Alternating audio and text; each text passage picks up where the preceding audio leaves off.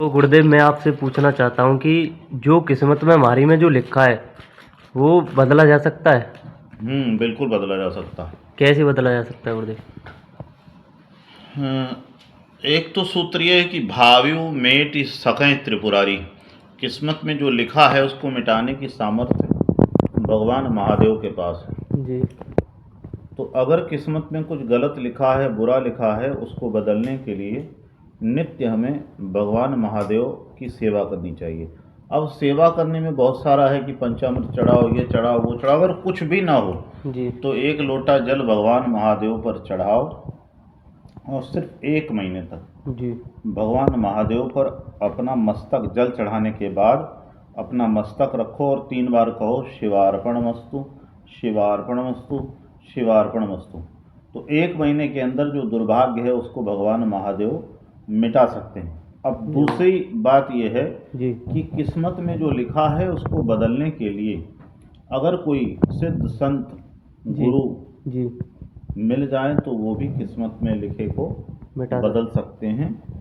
इस पर एक सुंदर कथा जो गुरुदेव भगवान सुनाया करते थे जी। कि एक सेठ जी थे, जी। बड़े धर्मपरायण थे, संतों की सेवा करते थे, ब्राह्मणों का आदर सत्कार करते थे और उन्होंने अपनी कोठी के बगल में एक धर्मशाला बनवा रखी थी। जी। उस धर्मशाला में साधु संत आते, ठहरते और उनके भोजन पानी की सब व्यवस्था सेठ जी स्वयं करते थे। क्योंकि सेठ जी ये जानते थे कि संत, गुरु और भगवान की सेवा स्वयं की जाती है, उसके लिए नौकर नहीं लगाए जाते हैं।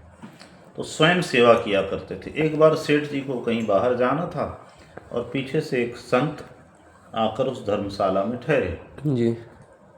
तो नौकरों ने पूछा भगवान क्या सेवा करें। तो सेठ जी का लड़का एक 8 वर्ष का उस नौकर के साथ गया। बोले प्रणाम किया बाबा को, बोले बाबा कोई सेवा हो तो बताएं।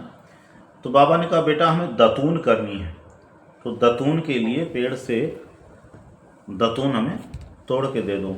क्योंकि सेठ जी के लड़के को घर के कोई काम कभी करने नहीं थे, दतून उसको काटना आता ही नहीं था। तो नौकर से उसने पूछा और जिद की, 8 वर्ष का बालक, तो बोला ऊपर पेड़ से चढ़कर तोड़नी है। जी। तो तोड़ने के लिए वो चाकू भी ले गया लड़का। बोले चाकू से कट पाएगी, मेरे हाथ से तो नहीं कटेगी।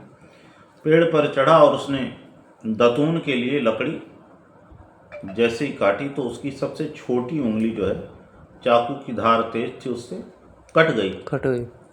बाबा को दतून दी। तब तक सेठ जी लौटे।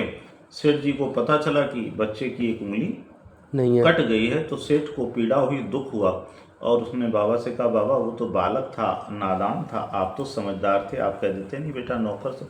बाबा को भी थोड़ी पीड़ा हुई। बाबा बोले ठीक है हमसे गलती हुई बेटा, हम चलते हैं। बोले भोजन? बोले नहीं कुछ नहीं, हम चलते हैं। बात को हुए बहुत समय बीता, सेठ का लड़का भी बड़ा हो गया, आदि आदि सब कुछ, बड़े परिवर्तन आए। और सेठ का लड़का जब विवाह योग्य हुआ तो विवाह के लिए एक लड़की देखी गई।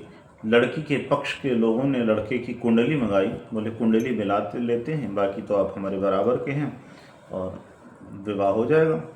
तो लड़की के पक्ष में जब उस लड़के की कुंडली पहुंची तो ज्योतिषी ने कहा कि सेठ जी आपकी बिटिया में कोई कमी है क्या? बोले नहीं। बोले फिर ऐसी जगह आप विवाह क्यों कर रहे हैं? बोले क्यों? बोले ये जन्मचक्र कहता है कि इस लड़के का एक हाथ कटा होना चाहिए। क्या कटा होना चाहिए? हाथ। तो लड़की के पिता ने कहा नहीं मैं तो देख क्या हूं, लड़के का हाथ तो ठीक है। जी। बोले अगर हाथ ठीक हुआ तो मैं ज्योतिष करना छोड़ दूंगा।